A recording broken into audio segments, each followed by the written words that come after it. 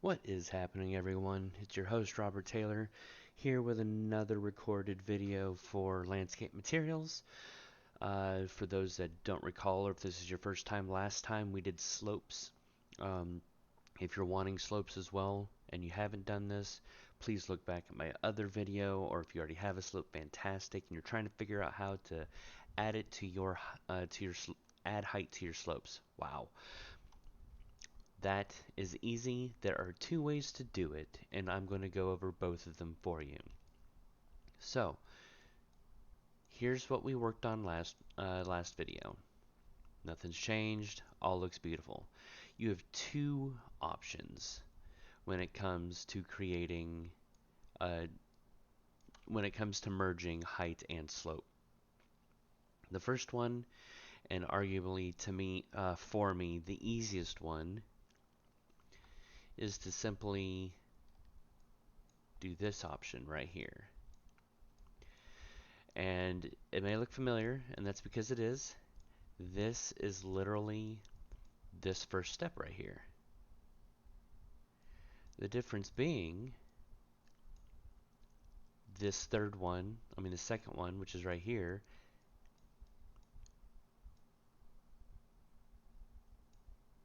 yeah, goes into here and gets this instead of going to another material. So I know it's confusing, um, but essentially all I want you to do is to select all of this, and this too if you want, copy and paste it somewhere else in your graph. And you're going to pull out from right here and do another blend material attributes. Excuse me. At which point we are now going to create our height mask. So first things first, before we do that, I've got this for you right here. I'm going to come over here. I created a new material function. There's a purpose for this, I promise, and you'll see it when we're done. Come up in here, and once you've created the height determination material function, name it whatever you want, first thing you're going to want is an input world position, so vector 3 input, and out of it you're going to want to put breakout float 3 components. For the R, you're going to put a divide node, and in the divide you're going to create a new input that I called height period and it's a scalar. And then once you get that set up, you're going to make a cosine and a sine. The cosine, you're going to make a negative 1 minus, put it into the multiply. The sine, put it straight into that same multiply. Then you can create another multiply. And in the B, you're going to put a sine. In the sine, you're going to put a divide. For A, you're going to put G. For B, you're going to put it into the height period scalar input that you made. Now we're back here at this multiply, at which point you will make another multiply. You'll put the last multiply into B, and in A, you'll put input height range. And then once you're done with that, you'll make an add node, and you'll put that multiply into the B, and add and put the A into the B of breakout float C component, 3 components. And that's it. So I'm going to wait right here just for a second for those that want to verify that they have it correct. Once you have it done, we're going to go back into this. Okay, because I moved some stuff around. We're going to go back into this material, and you're going to put one of these, the material function height determination node into the graph. For world position, obviously you're going to get a world position node. And into the height period, you don't have to do this part. I do it to make it so that this number does not become massive. I put a multiply with 2000 I hard code the 2000 in there to show you why. I can't show you why I haven't set it up yet. I'll show you why once we do. And into the A, I make a scalar parameter. Hold down S and click, make it, and I put height variation size. For the height range, I do another scalar parameter and I do height variation depth.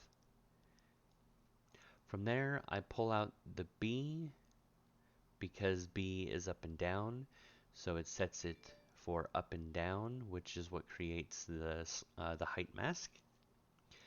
And from that, I will subtract the starting height. So it'll start at 5,000 units, unreal units, which are centimeters.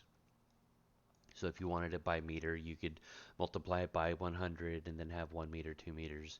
That's essentially what I did here. It's all up to you what you really want to do. Then after that subtract, I do a multiply for the input direction. Now you may be wondering why would I want that? Well, that's easy. Right now with how it's set, it would be a slope. I mean, it would be snow caps. If you do a -1, it will be a beach. It'll be the ocean floor. So that's why you want that. And then divide and make another scalar parameter called edge smoothness. I start off at 1,000. And then I clamp it between 0 and 1 so that I make sure that the extremes don't go above 1 or below 0. At which point I then get the edge noise and I make a large version, keeping the texture the same, and a small version. There's a reason for it. You'll see it in a minute.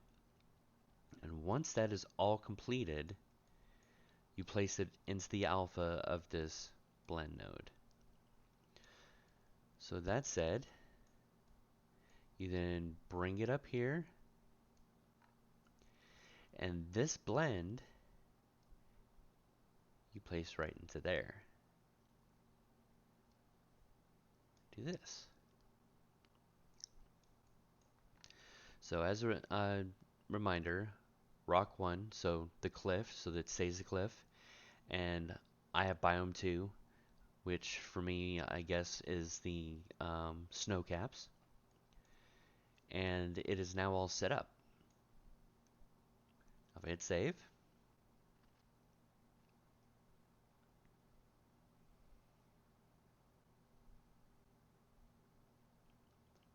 we now have our beautiful snow caps.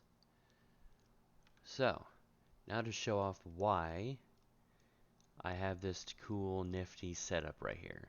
If I put this to 0, you can't really tell that it's a straight line because of this stuff right here. So to completely show you what this does, I'm going to do this so that you see what's happening here.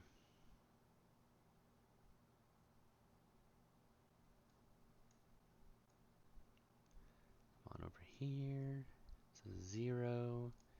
If I put U at 0, just to make sure, you can see it right here clearly. It's a straight line. It looks like it's dipping right here, but that's only because it's gotten closer. But it's a perfectly straight line. So if I replace this back to 100 and hit save, obviously nothing's going to happen. Now, if I put this at a 1, interesting, why is it not working all of a sudden? Do I need to hit save?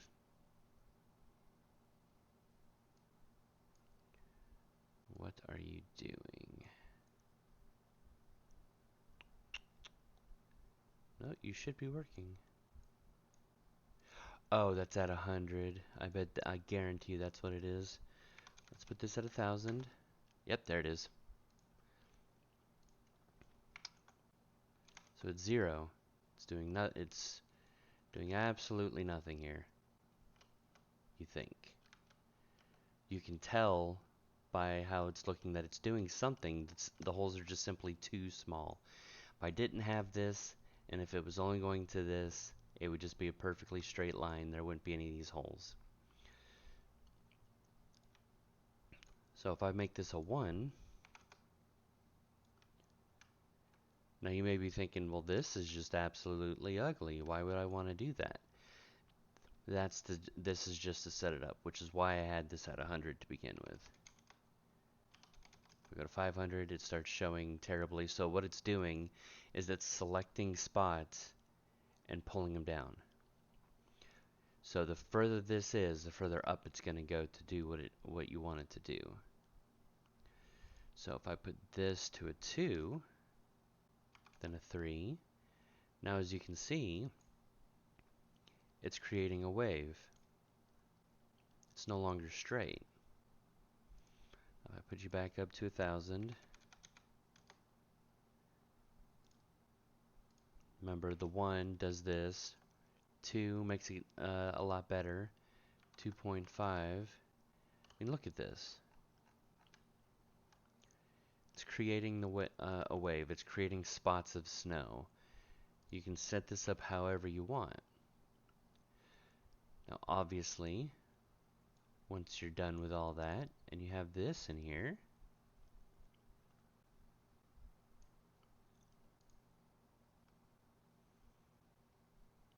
it solidifies where it was too weak.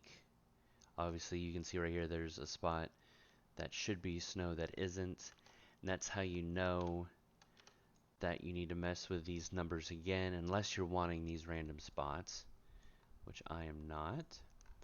So I would come here, and if I change this to 500, that's gone. It's still wavy, it's still doing its thing, but the spots are gone. Spots that shouldn't be there. Now, the reason that it needs to be having two separate like this and like this, if you're choosing this option, is if you have 3 layers like this, and you just place it right here.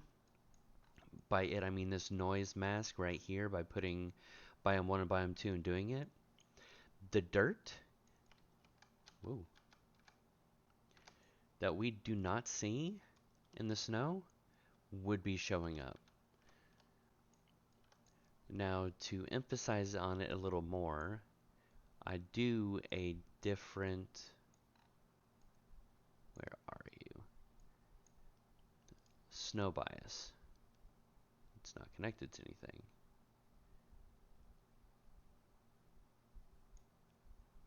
I must have gone back too far. Okay. Let's put this right there. Hit save.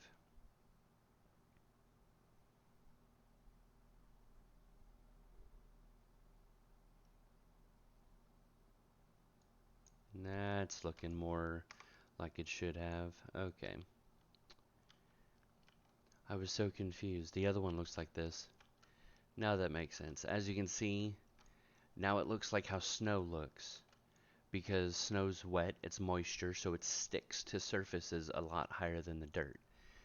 If I were to put it at the slope for dirt, which it looks like is 8.3,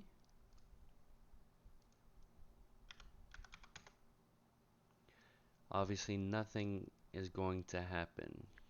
If I put it at 9, it's going to keep going backwards. I wouldn't be able to do this with the dirt. The dark spots are where the dirt would be.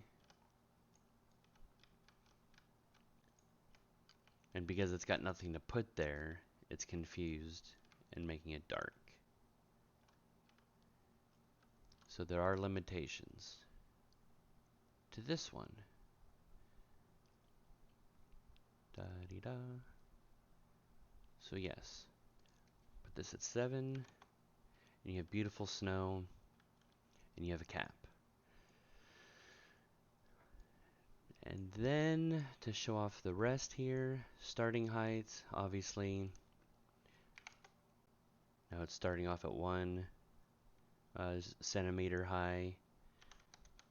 500, 5,000, that's how those work. If I place this to -1, bam.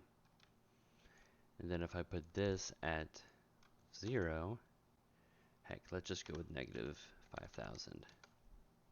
We now have our beach. Not here, obviously, because that's not low enough, but you have your beach. So that's the purpose of that. Put this back to 1. Edge smoothness. Let's show you this magic. It's currently at 1,000. I put it at 0, that's the mess you get. Put it at 5,000, and that's what you get. It brings up the noise that you have on the edges further up. So 2,000 brings it down. I personally like 1,000. I'll fluctuate between 1 and 2,000 depending on what I need. And that's how that goes. So I apologize for this random mess that I had right here that was messing with everything. Remaking all this from scratch. I should have referenced my notes better. So the next way of doing this is to put these together like this. So it sets up.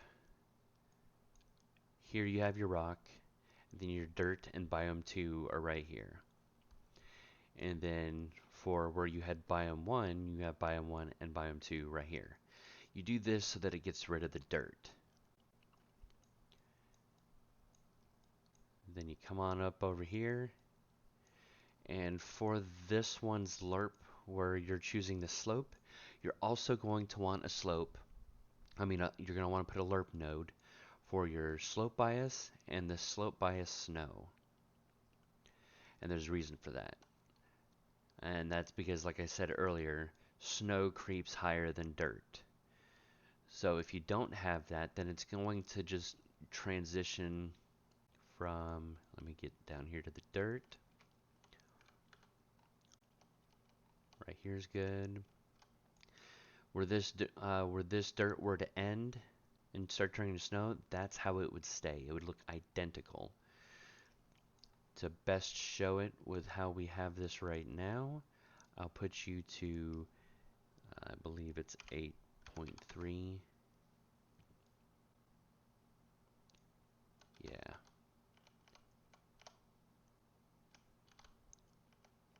There we go. So it's putting it exactly how this dirt is. And it's unnatural. It's not how it works. It's just not. No, don't do it. If you want to, go for it. But this looks more realistic. Anyways, you would make this lerp. You would make these two blends and bring them in. This right here is this right here. So you'd bring it all in like this. Now if I place this, oh, not gonna work that way. There we go. If I place this into here, there should be no change. There's slight changes, and that's fine. It's not significant. It removed more of the dirt. It made this cleaner, essentially, which is fine. These are the differences. So let's go to here where I saw a change happen.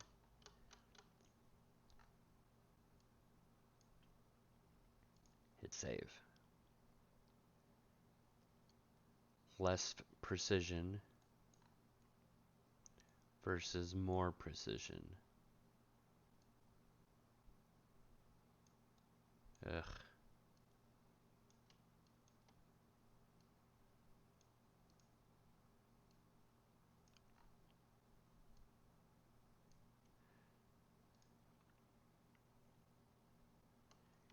Cleans it up, makes it look a bit nicer. So obviously, it is completely and totally up to you how you choose to do these things. And as you can see, in reality, they're the same size, just one's extending further to the left, one's extending further down. In the next episode, we will be moving all of this stuff into their own functions so that it can more easily be accessible to these materials, and we can hook these up how they need to be hooked up. I'm going to be setting it up for this option because, like I said, it looks better visually, it's more appealing, so that's what I'm going to do, is this option right here. So as a reminder, I'm just going to nope that out of existence. So thank you guys for watching. That shows the slope and the height blend working together. Like I said, in the next episode, we'll quickly make these into functions and set them back up, and then we will create straight from a material function instead of doing what we've been doing here. We will make an area mask. That way, if you're wanting a dead rotting area specifically right here and only right here, you can do that with some hocus pocus and some magic, and I can show you how to do that. So again, thanks for watching. Please make sure you like and subscribe down below. And if you have any questions, definitely make sure you place them so that I can help you better understand it. Thank you again. Have a good day.